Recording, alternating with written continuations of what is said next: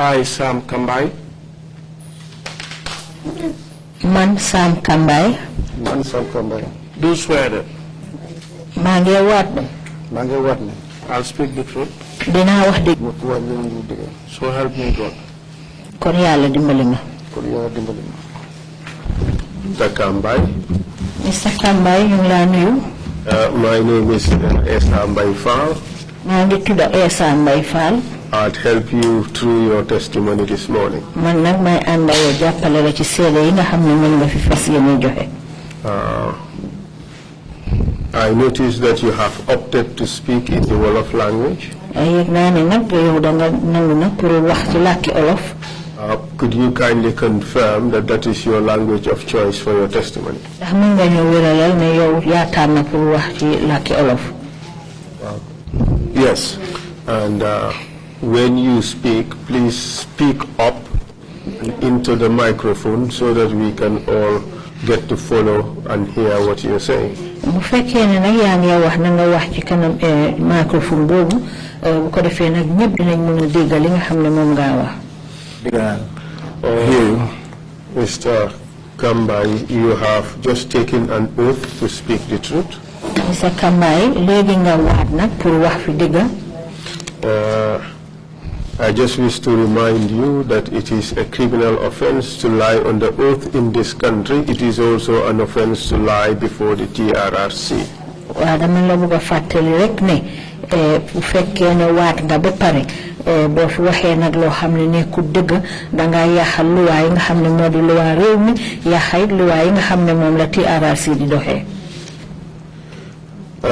We are calling you today to testify about the following issues. Dañ la fi oo nag tey pour nga joxe ay seede ci mbir yi nga xam ne moom laay lim si nii. Just a brief background information about who you are. We need your biographical information. Pour nga tënkal ñu rek yow yaay kan dañ bëgg a xam yaay kan. You may talk a little about the 1994 coup d'etat. Seeing that you were at State House when that event took place.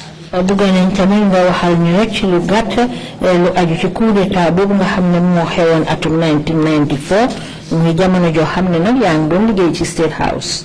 That would just be very brief. te loolu nag danga ko tënk rek ci lu gàtt. And then we would talk about your arrest and detention at the NIA and Mile 2 prison. Bu ko defee nag ñu wax nag ci mbiri jàpp bi nga xam ne jàpp nañ la taaj la benn béréb ca NIA ak Mile 2 prisons. We would also talk about your trial before the High Court in the Gambia. Dinañ wax itam lu aju ci àtte bi nga xam ne ñu ngi la ko doon defal ci àttekaay bu mag bi ci Banjul muy High Court bi. The end of those proceedings and your subsequent move to Senegal. Da nga xam ne nag ko boobu noonu lañ mujjee ak gannaaw boo xamee ne dem nga toog ca Sénégal. Your return to the country and reinstatement into the army. Ak gannaaw boo dellu si waatee nag fii ci biir réew mi ñu jël la dugalaat la ci fi nga xam ne moo di buntu liggéeykaay soldaar yi fii ci réew mi. Are you ready to proceed, Mr. Kambai? Pare nga nag pour ñu continuer, Mr. Kambai? Well, pare naa. Yes, I'm ready. What are your full names? Naka nga tudda? Sam Kambai. Sam Kambai. Where do you live? Fan nga dëkka? Yulum Barracks. Mr. Kambai, you have to allow for 3 seconds between your speech and that of the interpreter, so that the speeches would not overlap. You understand? Very well. Yes. Tell us about your education, just briefly. Wax ñu nag sa mbiri njàng ci yan nga jaar ci sa wàllu njàng ci tënk rek. Jaar naa primary school, Bakau Primary School. I went through Bakau Primary School. I ended my education in St. Teresa Secondary School. I ended my education at the St. Teresa Secondary School. 1989, Lajah School. I completed in 1989. What did you do after you completed school in 1989? Lan nga def nag gannaaw boo jeexalee school 1989? We joined the Gambia Zanamori. I joined the Gambia Gendarmerie. Which year did you join the Gendarmerie? Ban at nga bokk ci Gambia Gendarmerie bi? On the 1st November 1990. 1st November 1990. And for how long were you trained at the Gendarmerie? Ñaata app nga jàngee ci Gambia Gendarmerie bi? Basic recruitment for 4 months. 4 months. And what did you do after the basic recruits training? Gannaaw njàng moomu nga tàmbali woon basic training boobu noonu lan nga def bu mu jeexee? Ma yóbbu pour ma def suma attend suma commando course. I was taken to attend by commando course. Where did you undergo the training? Fan nga defee njàng moomu? Bakaw Fajara Barracks. And when did you finish that course? Kañ nga jeexal jàng boobu? 1 year alone training. It was a 1-year training. And you finished in 1991 or 1992? Nga jeexal atum 1991 wala 1992? End of 91, maa ngi dugg ci 92. End of 1991, going to 1992. Where were you posted after the commando training? Bi nga jeexalee njàng moomu nag fan lañ la yóbbu pour nga liggéey? You were state guard. It took me to the state guard. Under whose command? Ci ron kan nga doon liggéey? Under Trrc Jawne. On 20 July 1994, where were you posted? Atum 20 July 1994 fan lañ la yóbbu pour nga liggéey fa? State House. On that particular day, 20 July 1994, do you recall what events happened on that day? Bés boobu ñaar fukki fan ci weeru July 1994 fàttaliku nga lan moo xewoon ca bés ba? Waaw, mun naa fàttaliku lan moo xewoon. Yes, I can recall what happened. Musa Jammeh moo ñëwoon Fajara Barracks. Musa Jammeh came to Fajara Barracks. And who is this Musa Jammeh? Kan mooy Musa Jammeh ni? Mariam Mungu Musa at the State House. Mariam Mungu Musa at State House. Where is he now? Léegi fan la nekk? Fagaañ. Is dead. And tell us what happened when he came to the barracks. Bam ñëwee ca barracks ba wax ñu lan a xew. Dafa ñëw collect ñun presidential guard yéen a teewoon ci biir camp bi mu ñëw ñu Banjul. He came to collect those of us who were presidential guards to take us to Banjul. And? Ba pare? Mu jox information mu ne dafa am coup d'état bu ko xew. And then he gave us the information that there was a coup d'état about to happen. Mu ne léegi comme que ñu ñëw nañ. He said since we have come, ñun dañoo jël base security bi. We will take the base security. For the meantime, ba ëllëg ñu seet ndax situation bi dina change. For the meantime, and wait until the next day to see if the situation will change. On the 21st, bés boobu la ñu wax ne bés boobu la coup d'état bi woon na xew. That was the day they said the coup was to happen. léegi mu ne ñu nekk backup bi ñun ñoo war a dem jëli président bi. He said that we were the backup. We were the ones that were to pick up the president. Did Musa, sorry for interrupting, did Musa tell you who was to stage that coup d'état? Musa jotoon na leen a wax kan moo pare woon a jiite coup d'état boobu. No, waxuñu ko waaye wax nañu ne. He did not tell us, but he did say to us that coup d'état bi am nañ belief ne that they have the belief that the coup d'état ci armée bi la jógee GNA is coming from within the army, the GNA. But Musa was very busy. But Musa was very busy there. Musa, in which force did he belong to at the time? Musa jamono boobu ci ban fànn la féete woon ci wàllu soldat bi? State guard. Was a state guard. Okay, proceed. You were told that you were to go to the airport to escort the president. Waa egale gannaaw bi mu la waxee ne da ngeen war a dem airport pour gunge président bi. Léegi bu loolu xewee after that gars yi form seen convoy. They formed their convoy. ñun bokkuñu ak convoy bi convoy bi dafa ànd karange boppam. But we were not part of the convoy because the convoy was having its own security. the backup troop behind to fight. But I can say that we were the backup troops to fight. But I want roughly 60 something. We were many, almost 60 something. So we had that arrangement. Langtombong came and briefed us that this is the situation now. That now we have to go to the airport, we collect president and collect the president. And what was Langtombong at the time? Langtombong jamono bobu lan la won? Langtombong yakaruna ne moneko adjutant bi de. I believe he was the adjutant. Okay. And as at this time, the gendarmerie was no longer gendarmerie, wasn't it? Yes, sir. We have received evidence that the gendarmerie was at this time merged into the police, and the military police aspect of gendarmerie was moved to the army, correct?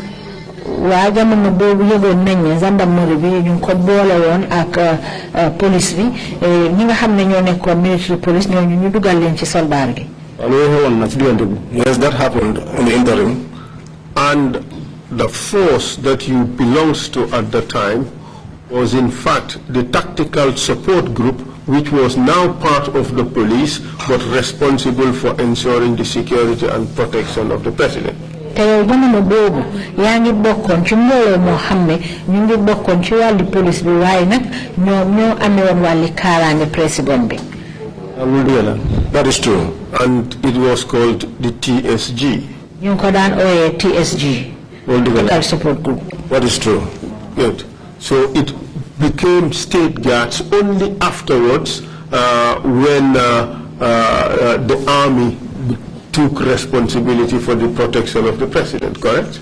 Bon dañu na di garder president bi gannaaw bo xamé né army bi ñoom lañ sas na pour ñu ñëw di garder president bi. Let me put it slightly differently. Tactical support group bile, the tactical support group state guard mu ngi ñëw xew ba nga xamé né garder president bi génné nañ ko ci tactical support group jox ko army bi. The state guards came to being after the responsibility was taken from the tactical support group and given to the army. That is the responsibility for the protection of the president. Is that the case? Is that what happened? Lolu mo xewon. Daga am tactical support group.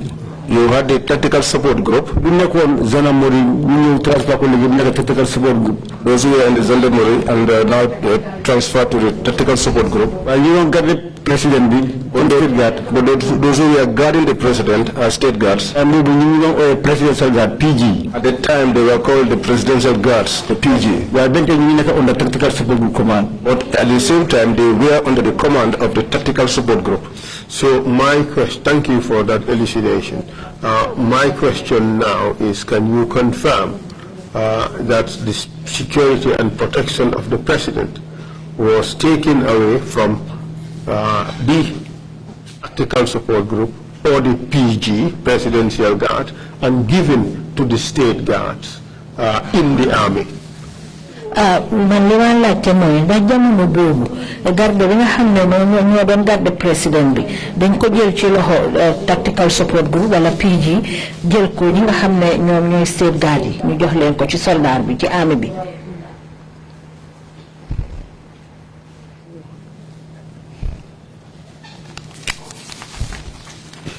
Well, the army began in 94. When the army took over the country in 94, it changed to the Presidential Guard, PG, That was when the name PG, Presidential Guards, was turned to State Guards. I raised these questions because in your answer earlier, you said you were with the State Guards, so I just wanted to clarify those things. State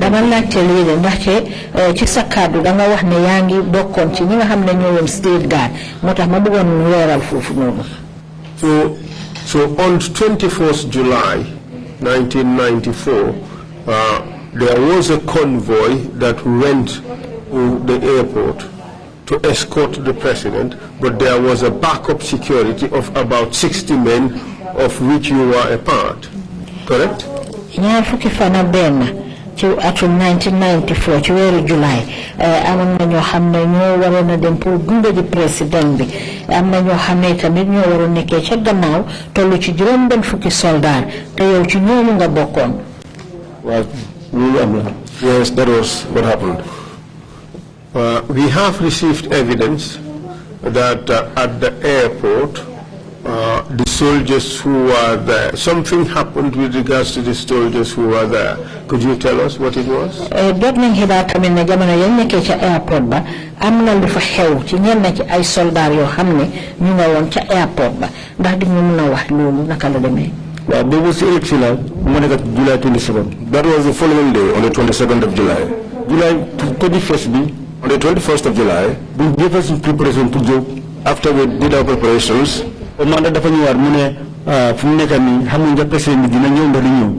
were about to go, the commander came and told us that he is not sure whether the president was coming or not. Because he was aware of the coup attempt. So he doesn't know the kind of security he will gather over there, whether he will come or not. Cast your mind back. Did that happen on the 21st or the 22nd? We all know that the coup d'etat took place on 22nd.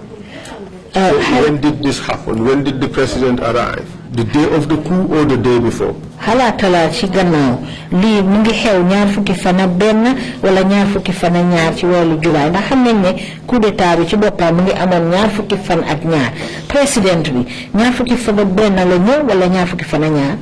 ñaar fukki fan ak ñaar. 22nd. No. ñaar fukki fan ak benn. 21st. ñaar fukki fan ak benn. 21st. Great. I think that's the correct answer. And tell us what happened at the airport. And let's do it briefly, very, very briefly. léegi nag wax ñu lan moo xew ca airport ba waaye nga tënk ko rek ci gàttal.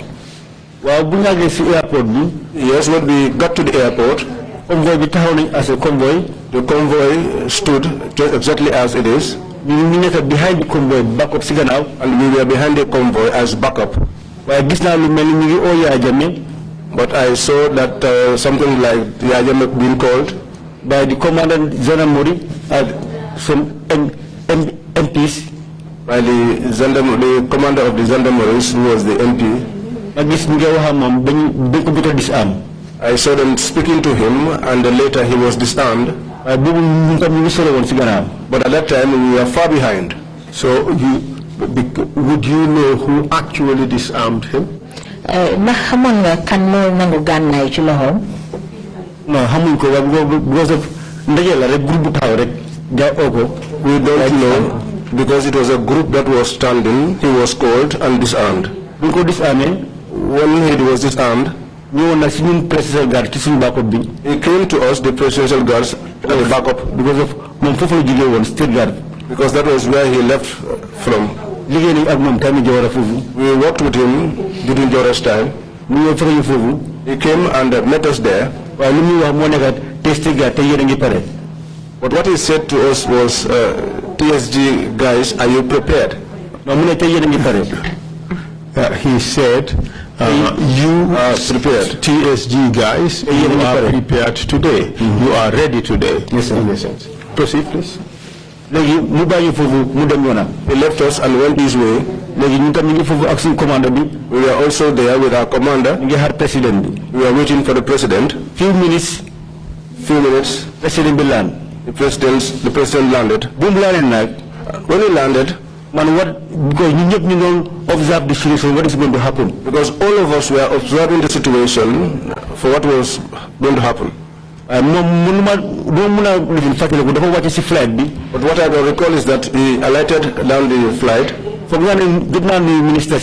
I think he greeted some ministers. But he did not visit the guard of honor. He did not inspect it. That was when he was taken to the convoy. And the convoy left. You take time to do said, we waited for some time to see if anything will happen. Nothing happened. And then we drilled and followed them. The State House. Up to the State House. That night, as far as you know, did anything happen? that night. yow ci sa wàlli xam-xam ndax ci guddi googu am na lu xew. dara xew doon foofu sax. Nothing happened there. Tell us what happened the next day. And also, very briefly, we've received extensive evidence on this. What you're giving us is just supporting evidence. So let's summarize it, condense it, and make it short. léegi nag wax ñu lan moo xew ca guddi ga nga tënk ko rek ca ëllëg sa lan moo xew mun nga koo tënk rek ndax am nañ fi seede yu bari yoo xam ne wax nañ lu bari ci xew-xew boobu. waaw si ëllëg si Musa Jammeh tam dafa ñëwaat collègue bi si camp bi. The following day Musa Jammeh came again and collected us from the camp. bu ñuy génnee si camp bi gendarmerie camp bi. But when we were leaving the gendarmerie camp, soldats yi seen movement la ñu bare woon.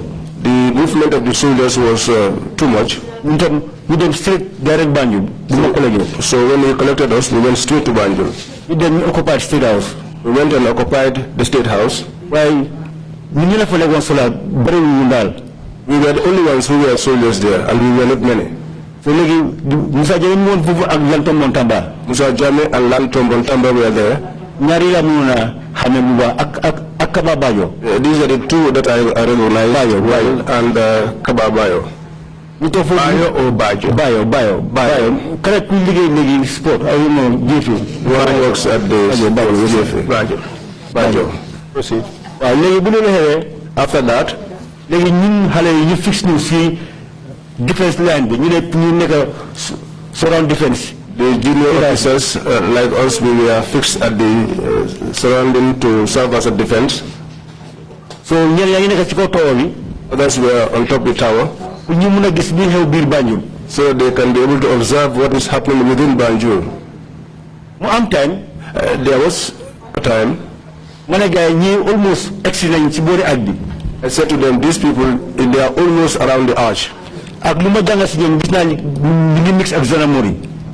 what I have been able to observe, I have realized that they are mixed with some Zandam officers. And also the commandos that they were informed were left as or stationed at the Denton Bridge. I saw them with their red berets, and they are also advancing together with these people. After that, Musa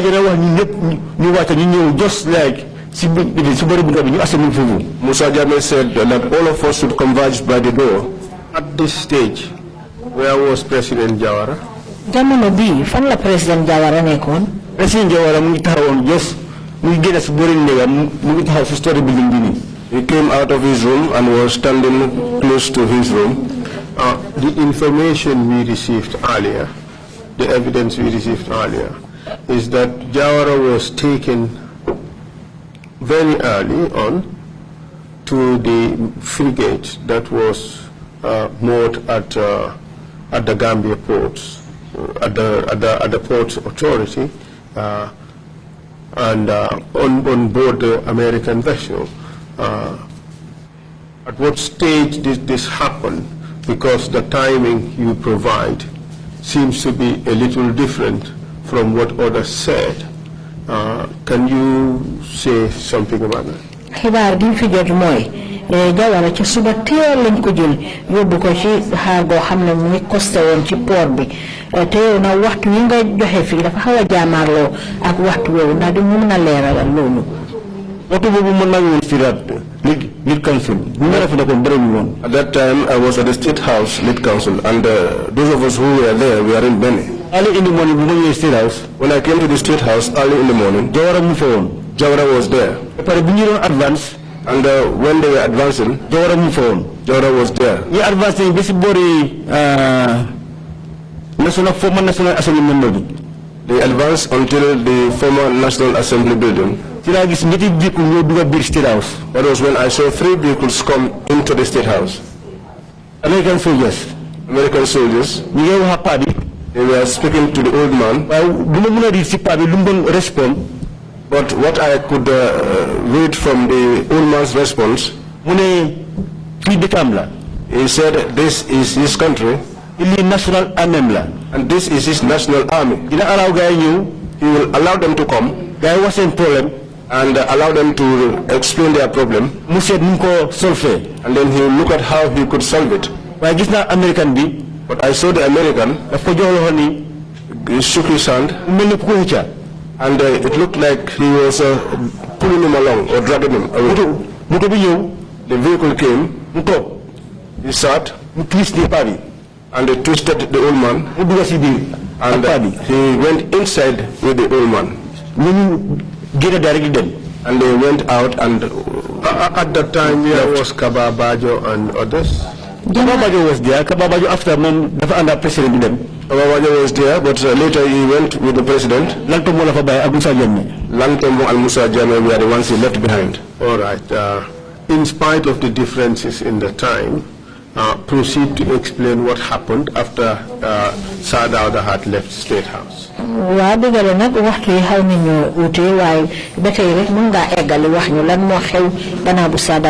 State House. Jawara left. 2 minutes. Just within 2 minutes. We arrived during NN.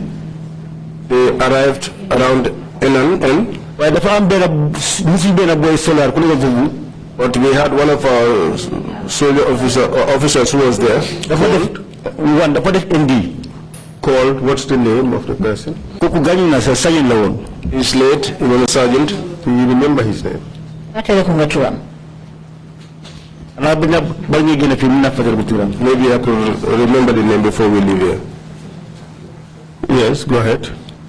What is ND? He did an ND. Negligent discharge. He did a negligent discharge. Like someone who panics and misfires. After that happened, they stopped. So Langtombong came out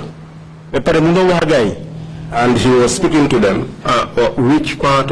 Which gate at State House did that occur? Is it the RVTH gate or the Albert Market gate?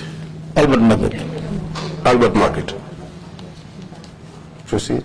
When Lang came out, he was talking to them. They talked for a long time. Musa Jammeh was perambulating, going in and out, going up and down, going up and down. Then he came and said, we are all one. Who said that? Musa Jammeh. He said, since the army and the gendarmerie, we are the only people that use guns. And since Jawara has left, it's better it is better that we all united and became one. The evidence that we received. Okay, let me rephrase and take it a step backwards. Do you know who led the officers, the army officers, that came through the Albert Market gate? Xam nga ñan ñoo jiite woon soldat yi nga xam ne ñoo ñëw jaaree ko ci bunta ba nga xam ne moo féetee ci marché bu mag Banjul. I believe it was Edward Singate. Yes, Mr. Singate did testify to say that he led the group that came through Albert Market. Waaw Singate wax na fi ne moom moo jiite woon ñi nga xam ne ñoo ñëw jaaree ci bunta bi féetee marché bu mag bi. The reason I ask this question is that the evidence we received is that it was Musa Jammeh who went to the gate, Albert Market gate, and not Langtombong Tamba. Waaw soo gisee ma laajte lii nag xibaar yi fi jot dañu wone ne Musa Jammeh moo génnee ci bunta bu mag bi nga xam ne moo jublu ci marché bu mag yi Banjul waaye nag du Langtombong Tamba. But Mr. Tamba went to the gate at the RVTH end. waaye dañu wax ne Mr. Tamba mu ngi demee ca bunta ba féetee ci wàllu lopitaan bu mag bi ci Banjul. Which is which? Ban la ci? Just from your recollection now. Yow rek coow li nga xam ne moom nga fàttaliku ban la ci? Xam naa ne ñaari bunta rek la. I know that there are only 2 doors. Musa Jammeh rek la woon ak Langtombong Tamba. And it was only Musa Jammeh and Langtombong Tamba. Ñoon perambulate just these 2 gates. Who were perambulating between these 2 gates. Well, ñu fa dekkoon bariwuñu woon. Those of us who were there, we weren't many. Mënuñoo fight to defend that area. We couldn't fight and defend the area. We assembled on area. We are just 20 something in number, but so we just assembled at one area, about 20 something of us. We were not many. It was Musa Jame and Lang who used this gate to go and come. It was Musa Jame and Lang who were using these two gates going and coming back. Would you say, in your view, that State House that had sufficient security to defend it? Ci sa wàlli gis-gis mun ngaa wax ne bon State House amoon nañ fa ay soldat yu mut yoo xam ne mun nañ koo aar. Well, so what are you on kind? Yes. To fire. If the order came, if the order came for us to defend to fire, yes, we had some commandos there. That was why we were taken from the barracks and brought there. It's better to surrender. So, but when Lang and Musa Jame came and said that it was better that we surrendered, I can remember some of the boys were even crying. Well, they were not happy with Mondal because they weren't happy. Would you have surrendered otherwise? If that had not happened, would you have surrendered and given away your weapons? No, because of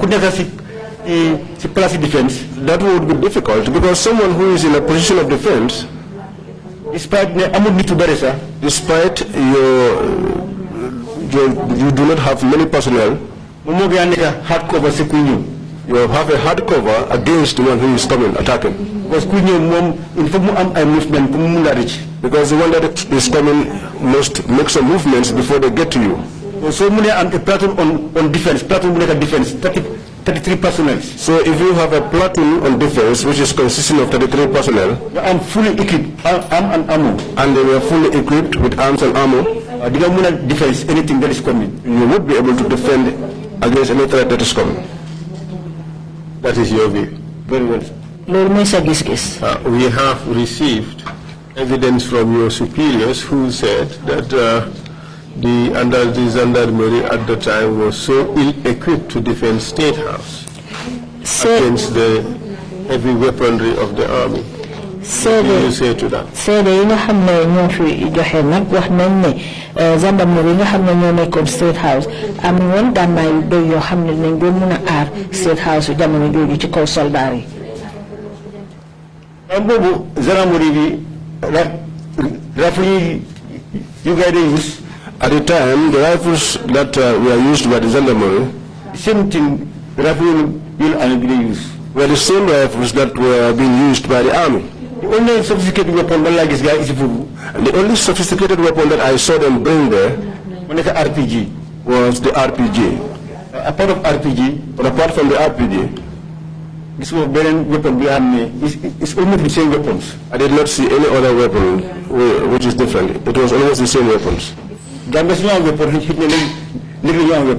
if the Gambia is to have any weapons at all, maybe it's now. This guy weapons is State House. But the weapons I saw them bring to the State House, almost the same weapon we never see in the State House. We are almost the same weapons that were at the State House. Mortars, RPGs. There was no mortar. There was no mortar. Only RPGs that they brought. So it's your view that you could have ably defended State House. Is that your view?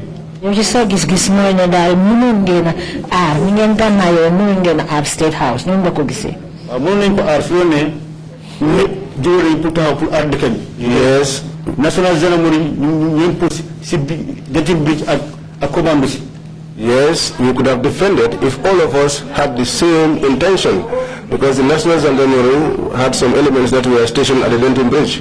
Because the whole amount of soldiers you do build State House, if you observed the number of soldiers that came into the State House, the National TSG and the SG, if you look at the National TSG and the SG, the GNA members in the they were more than the soldiers from the GNA who were there. And weapons, the same weapon AK-47. And they had the same type of weapons, AK-47s.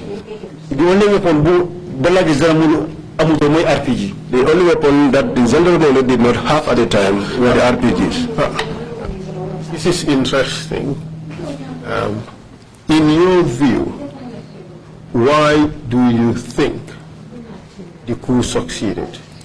Waa yow léegi nag si sa wàllu gis-gis lan tax nga foog ne nga coup d'état boobu mënoon dox na niñ ko soxlaa woon. Lan nga foog ne moo tax coup d'état bi how do you say successful mu jàlla lan moo tax coup d'état bi mu am mu mun a nekk ñu génnee Jawara lan mu nga foog ne moo tax. Why do you think the coup was successful that Jawara was Jawara was deposed? Setup bi mu correct. The setup was correct. Setup bi mu correct. The setup was correct. Could you explain what that means? dañu mën a leeral loolu lu mu tekki. Well, because if still got adjutant, the adjutant at the State House, when Jawara left the country, was in commander. He was our commander there. And in the army, we don't disobey command. And in the army, we don't disobey command. If your command, if your command tells you to desist, you desist. And that was the reason why some of the soldiers who were members of the PG were crying. And who are you referring to?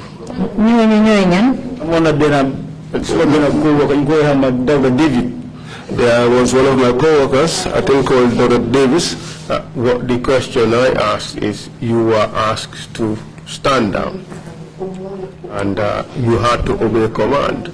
Who ordered you to stand down? Lima laajte mooy yéen dañ leen waxoon ne ngeen ngeen bàyyi teg seen gànnaay yi kan moo leen jiite kan moo jox woon digal boobu.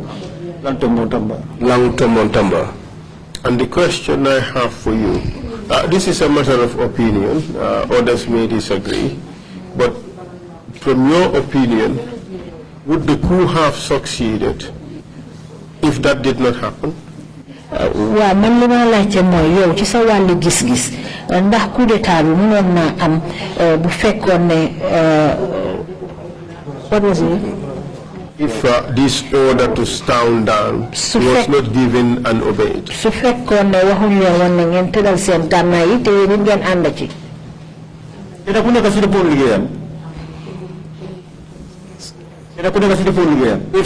everyone did their responsibility, they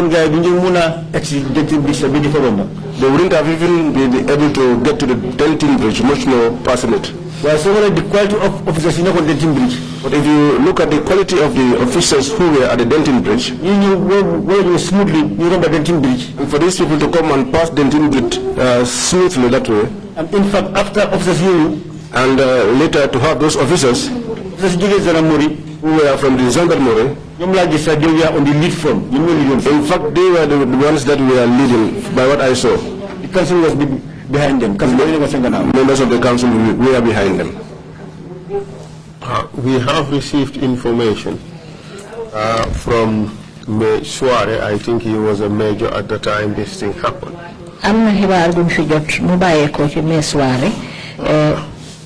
He said when he assessed the number of personnel from the army and the type of weapons they had, wax na ne buñ seetloo lim bi nga xam ne ñoo fa nekk ci wàllu army bi ak façon ni gànnaay yi nga xam ne moom lañ yore woon. He believed that it would have been a disaster on his personnel if he had resisted the march of the army into Banjul. What do you say to that?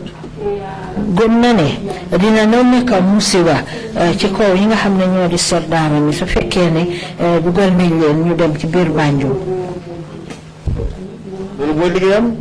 That was his duty. He said it was his duty also to protect his men. Wax na tamit moom it waru galam la pour mu aar ñi nga xam ne ñooy ay nitam yi nekk ci ronam. And not to sacrifice them unnecessarily. Waaye nag du jël rek pour jébbale leen noonu rek ci ay yoon yoo xam ne jaaduwut. Knowing that they were all going to be massacred if he had resisted. Ndaxte xam na ne su fekkoon ne taxawoon na ci dëgg ba ñoom ñëpp dinañ leen doon rey. What do you say to that? Loo am pour wax ci loolu. You are very much his junior in rank. Danga ko féete woon suuf torop ci wàlli maxaama. his standing, his authority, and his training was far superior to yours. ci li nga xam ne moo di taxawaayam wàlli njàngam wàlli xam-xamam yëpp daf la sutoon lool bu baax a baax. As an ordinary soldier at, well, state guard personnel or presidential guard personnel at the time, would you agree with the assessment and decision of your superior in rank? Do you think he made the right decision? yow comme que yow da nga féete woon suuf lool yaa ngi nekkoon di garde foofu ci State House bi ndax ni nga nangu nga ci li nga xam ne mooy ndogal boobu kooku jël te mu nekkoon sa kilifa lool jiitu la bu baax baax. I don't accept it. Why? bu baax. army bi ak police bi. The army and the police, government bi daf leen fay. the government pays them ñu sacrifice. to sacrifice ñu aar dëkk bi. and defend the country. desu dara ñu suñu dëkk fii la. And if nothing else but our country, ñoo jaral dee sax wala ñoo jaral dee. and if it is worth it for us to die for it, then so be it. ba ñu ma ne commandant mun ngaa siif sa men si. I do not dispute that the commander may shift his men, waaye boobu nekkul ci sa dëkk. but that is not within your country. maybe su dem nga outside peacekeeping. For example, this can be if you go outside on peacekeeping. ñu dañu am seen own regulation. They have their own regulations, ñoom ñoom sax dañ protect soldat bi sax ñoom sax UN. and the UN even protects the soldier. waaye su desul dara sa dëkk. But if this is inside your own country, foofu amul ne da nga war a aar security officer bi. there is nothing like protecting the security officer. security officer bi moom war a aar dëkk bi. It is the security officer who is supposed to protect or defend the country. because of xaalis dëkk bi lañ jël. Because it is the country's money that is taken ñu laa fay end of month salary. and paid to them as salary at the end of each month. That is your view. yow loolu mooy sa gis-gis. Well, we would move on. The Commission would have enough basis to evaluate what you have said as against what others have said, and then they would make their own findings or conclusion on that. In the meantime, let's progress. léegi nag ñu jàll ci leneen commission bi moom dinañ seet ga diggante yeneen seede yi liñ fi wax ak yow li nga wax waaye ñu jàll nag ci leneen. So after you were asked to stand down, what happened? gannaaw bu ñu waxee ne nag ngeen tëral gànnaay yi la ma xew. waaw ñu gis ñoom Edward ak Yaya Jammeh bu weesi. We saw Edu and Yaya Jammeh and others came inside. Yaya Jammeh mu ngi toog ci benn xeer. Yaya Jammeh sat on one stone there. ngi tagat téere si boppam bi. He tied a charm on his forehead. mu ngi sweat rek. And he was sweating. si la ko oo. ma ne ko Jola Moro. That was when I called him and I said to him, Jola Moro, you are very brave. so he gave me an insult. mu ne ma fii caaxaan nekku fi. He insulted me and told me that this is not a place for play. But in the end, the coup succeeded. waaye daal li mu ngi demee daal coup bi moom am na. What happened to you as a member of the TSG or PG at the time? What happened to you? lan moo la daloon nag yow comme que yaa ngi bokkoon ci kuréeli TSG wala ñu ko wax PG lan la daloon. In terms of your career progression. lu aju nag sa wàllu yokkute sa wàllu liggéey bi. waaw dañu bàyyiwoon ñun ñëpp. gendarmerie bi SG bi ak national army bu advance. They left us there, Gendarmerie, National Army, SG and the SG, ñëpp ñu bàyyi foofu ñu ngi def security. and we were all left there and we were carrying out security duties there. The 2 weeks time. Until 2 weeks time. yaa ngi ne dañoo reshuffle now the new SG. They said they were going to have a reshuffling and bring about the new SG. gaa jël some si former PG. They took some members from the former PG. Some from the Gendarmerie. Some from the Gendarmerie. Some from the army. Some from the army. Others would posted see other battalions. And the rest were posted to the other battalions. So, and that was the creation of the State Guards Battalion, and then the other soldiers or members of the TSG were redeployed elsewhere. noonu leen sosee nag safeguard bi ñeneen ñi nga xam ne ñoo nekkoon TSG ak ñoo ñu toxal leen feneen. Where were you posted? Yes.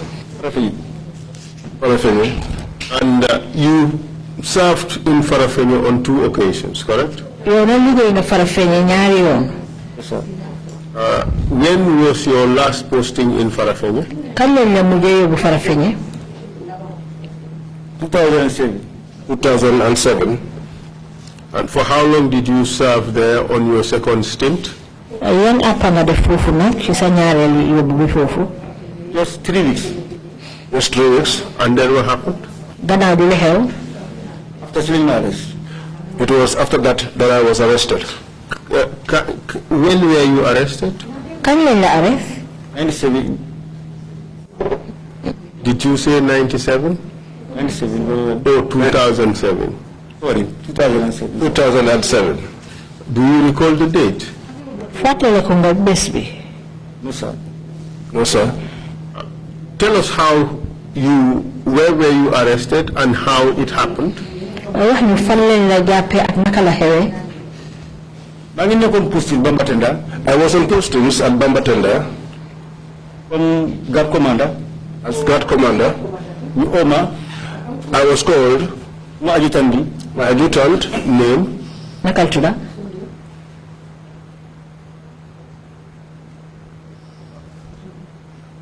The army nickname for the Balde. Why is something like Balde? No, the army nicknames are more popular, but it's something like Balde. Just tell us the name you know. wax ñu tur bi nga ko xamee. What rank was he? man ma xaama la yore woon. Lieutenant. Proceed, please.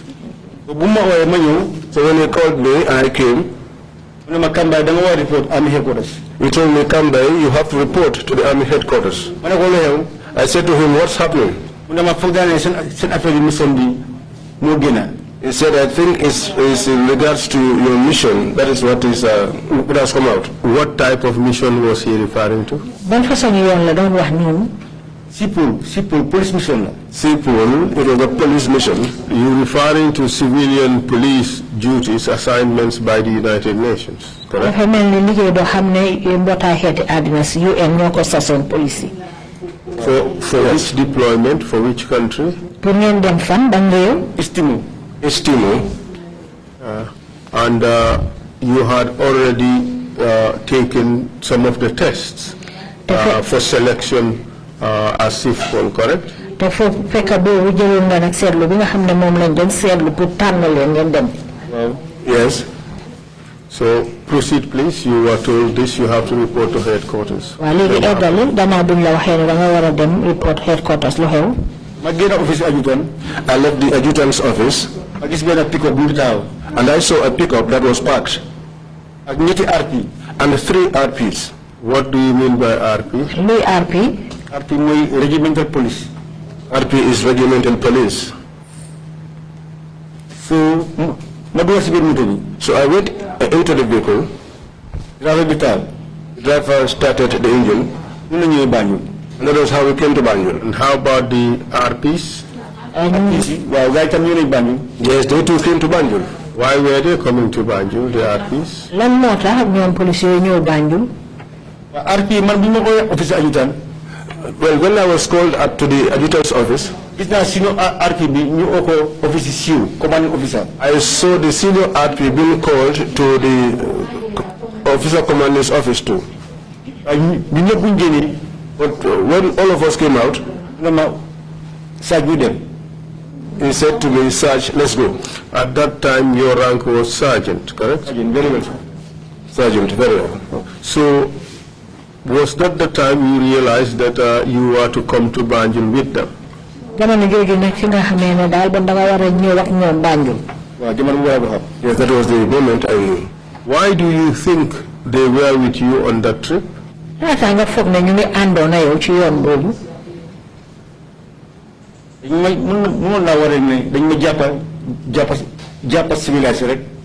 can say that I was arrested, but in a civilized manner.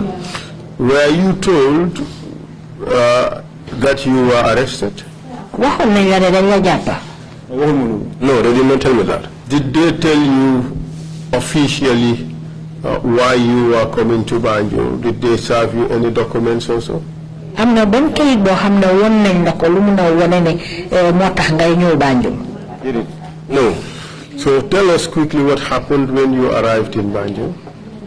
Wax ñu nak ci tënk rek la na xew bi nga éggé Banjul. Ma ngi Banjul ñëw ma ci office CDS. When I got to Banjul, I was taken to the CDS's office. And who was the CDS at the time? Jamono bobu kan nekkon CDS bi? Langtombon Tamba. Did you get to see him? Gisante won nga ak mom. Miss officer way man gi nekkon ci biti fofu. He was inside his office, but I was at the waiting room. And tell us what happened. Wa wax ñu nak la na xew. Wa fofu la nekk di ko xaar. I was there waiting for him. Mana SP Mendy, Colonel SP Mendy. Myself and SP Mendy, Colonel SP Mendy. I sat down there for a long time. I said to him I wanted a pass to take care of my family affairs. But since I am wasting time here, I wanted him to give me the permission so that I could rush and then come back. Just 5 minutes. He said, no, just wait for 5 minutes, he's coming. No. He said, Bo is coming. Bo is coming. Bo is coming. Which Bo are you referring to? Bo Baji. Bo Baji. What was Bo Baji at the time? He was head of the military intelligence. He was the head of the military intelligence. And then what happened after that? When Bo came, he greeted me and then got into the CDS's office. Spent for time almost 30 minutes. He spent some time there, almost 30 minutes. And then he came out and said to me, come by, let's go. I said to him, where are you going to? He said, are you not following up your mission, your mission affairs? I said, yes, indeed. He said, let's go to NIA. There's something that we are supposed to clear from there. I said, fine. And that was how we went to the NIA. In hindsight, did Bo tell you the truth?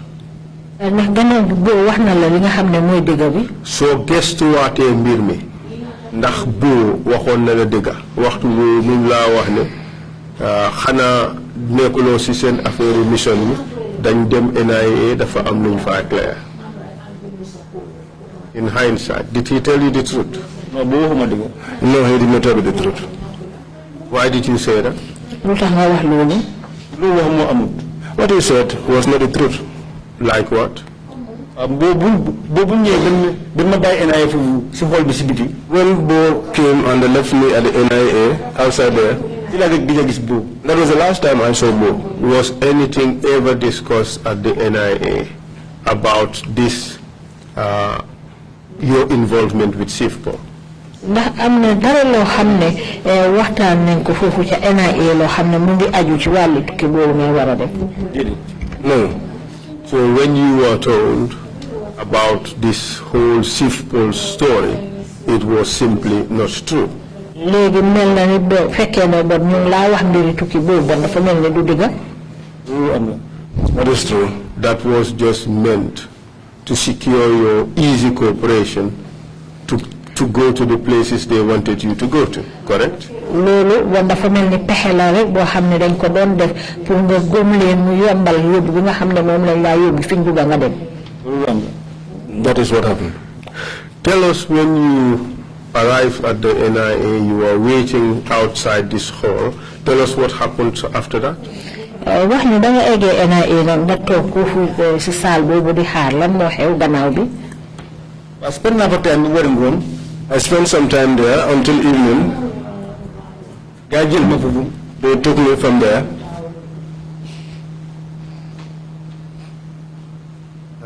Mr. Chair, perhaps this is a point we can take the morning break. Well, it's now afternoon. This is convenient time to stop. You could see the impact of what happened there on the witness. Perhaps we could just give him some little time to recuperate, and then we take it from there. Thank you, Mr. Chair. Thank you. His disposition is would then had a follow-up from a point, a key one that I wanted them to ask him, but I guess when we come back from the 30-minute break, I would them do that so we can continue. I didn't want to wait until the end of our proceedings to pose that issue. Ask for clarification. We will take a 30-minute break and then come back at 12:30. Meeting is adjourned. Thank you very much. If you want to receive monies from UK, Europe, USA, Canada, Switzerland, and the rest of the world, Supersonic's money transfer has got you covered. With the largest payout network in the Gambia, you can now receive your monies anywhere you are, from Kartong to Koina, with less hassle. Yes! You can receive monies from your family and friends in UK, Europe, USA, Canada, Switzerland, and the rest of the world with our safe, secure, fast, and convenient service that offers you the largest selection of payout locations in the Gambia. Supersonic's money transfer. We are currently in 34 African countries and counting, giving you quality money remittance services that are second to none. Visit the Google Play Store or the Apple Store today to download the Supersonics Money Transfer app and enjoy excellent money transfer services only with Supersonics.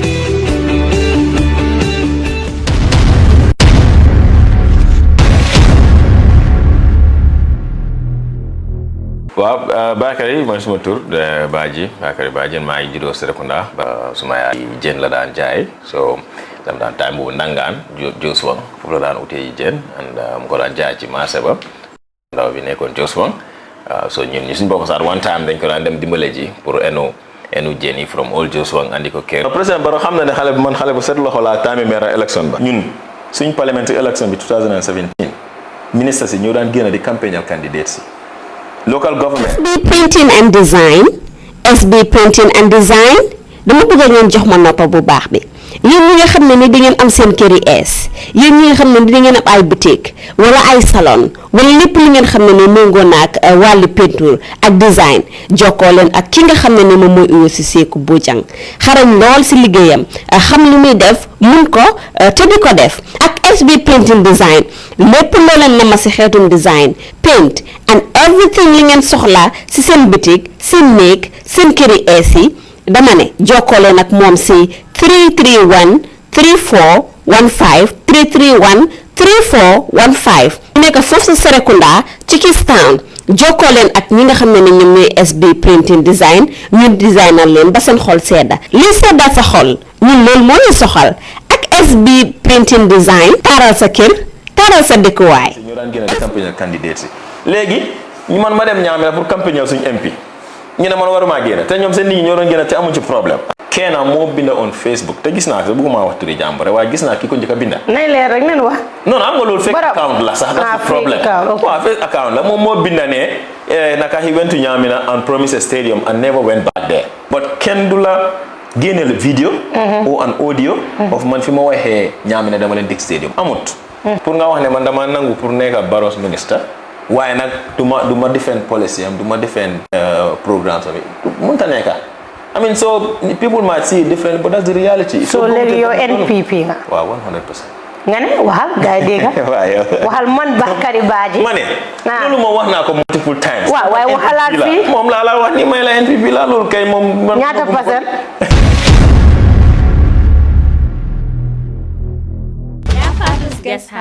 Yafatus Guest House dama ne jox leen ma seen noppa yéen ñi nga xam ne ni bëgg ngeen a dem Farafenni nag ñu bari den fay bëgg a dem di xalaat ndax am naa mbokk aw ma mbokk fan laay dem dëkk ak fan laa du dem dëkk seen coono jeex na seen xalaat jeex na te si biir Yafatus Guest House ñu ngi leen fa amal li nga xam ne ni moom mooy ko self saala cabinet ñaari cabinet ak saal single room néegi nag nekkul ne la naa jox waaye duñ leen laaj mooy sore naa ñëw indiwaale leen seen yére kase ndaxte yére yi sax foo leen koo def ñu ngi leen ko amal saala cabinet yi bu nekkaa nga am lal bu saal bi ñu ngi ko defar ba mu yaaña toogu yi nekk fa télé bi nekk fa channel bi nekk fa channel bu la neex ngay cuun waaye nag amuñ si loolu rek yéen ñi nga xam ne yéenay dem ak seen famille ak seen njaboot benn nit wala ñaari nit ñu ngi leen fa amal waañ yu yaaña bagaas yi waañ yëpp ñu ngi fa yow yaay xool loo bëgg a togga rek nga teg si gaz bi daal di taal togga lekka sa xol sedda léegi tamit nag amal lañ leen lii di AC ak ñu nga xam ne fan rek lañ am waaye amuñ si loolu rek ñu ngi leen amal fu nga xam ne foofu ngeen di toog ngeen fiixlu seen xel dal ñu ngi leen amal ndox ak courant 24 hours emuñ si loolu rek njëg bi yomb ba bëgg a dee. fu ñu nekk nag neex a xam ba bëgg a dee si gannaaw gaaraas si base bi foofu sa Farafenni lu néew rek ngay dox am si marché bi jënd loo bëgg delluwaat sa kër ak Yaa Faatu's Guest House mun nga noo jokkoo ñun si 790 1355 35 30 489. email si ombay7843@gmail.com si Yaa Faatu's Guest House su leen fa demee dinañ leen jox customer care service bu baax seen xolay sedda ba ni ngeen fay jógee Yaa Faatu's Guest House Yaa Faatu's Guest House lii leen amal yéen ñuy dem Farafenni saay boo leen tëddee nelaw leen ndaxte Yaa Faatu's Guest House génne na seen